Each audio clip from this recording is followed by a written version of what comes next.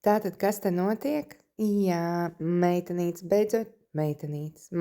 ar meitenītēm beidzot pārcēlās uz vasaras Disneylandu.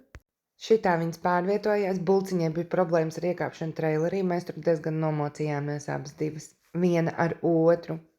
To es jums varbūt kādreiz pastāstīšu.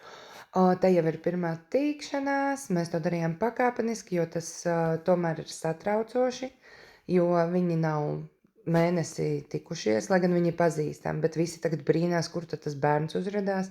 Nu labi, kebabs ir maksimāli nekaitīgs, jo viņš jau zina, kurš stārcis atnes, kuros kāpostos un viss, bet ķirsītim ļoti interesē vasis, das, un tad viņi lien tā kā virsū paskatīties, un tas atkal rada stresu salčikam, bet viņa ļoti profesionāli tika galā, vispār nepateiks, ka tas viņai ir pirmais kumeļš, jo viņa tā kā vispārībā apstādināja to kustību, kad nebija tā lielā trakā skriešana, kā citreiz notiek.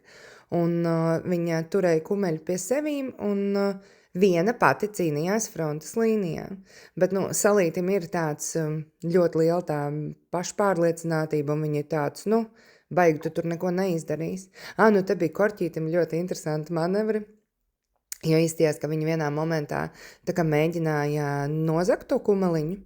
Varbūt viņi domāja, ja viņi pievāks šito, tad viņai pašai nebūs jādzemdē.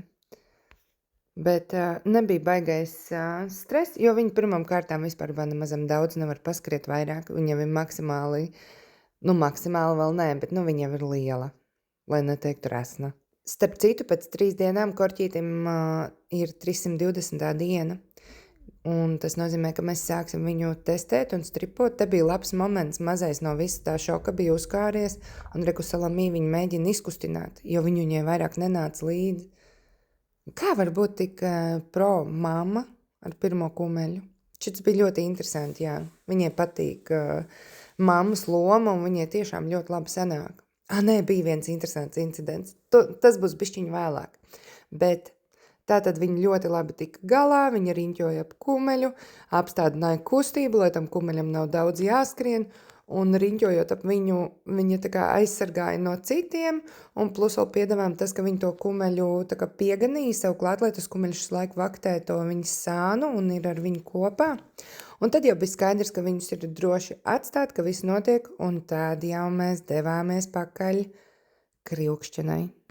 Es gāju no aizmugurs un mierīgi filmēju, tāpēc, kad es biju 100% pārliecināta, ka viņa tieši tā arī šitā ten paklausīgi iekāps iekšā trailerī, jo viņa ne tikai pēc izskatīja mazais lilopāds, bet arī pēc uzvedības vienkārši 1-1.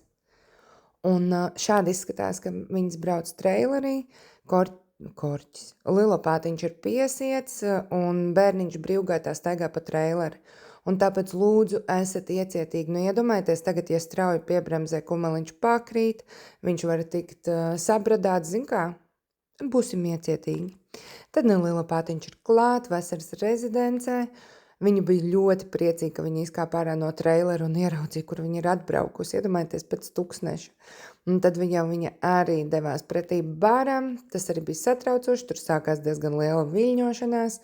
Un es aizgāju frontes pirmā līnijā pastāvēt un palīdzēt Lilopātiņam, par ko viņa bija ļoti priecīga, jo viņa ļoti satraucās par to, ka visi nāca klāt pie tā kumeļa, un baigais mahačs nebija, es vienkārši pastāvēju tur ar pokerfeisu un melnu auru, un neviens arī neko nedarīja. Viņa jau zina, ka nedrīkst, bet tikai vienkārši ļoti liela tā interese.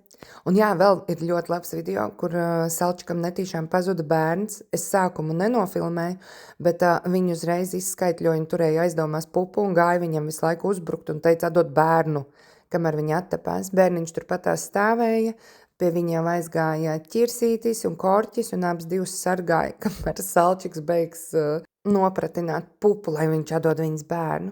Bet tad jau visi aizved viņus parādīt mūsu jaunā aploka jauno teritoriju, un viss ir ļoti, ļoti skaistiņi.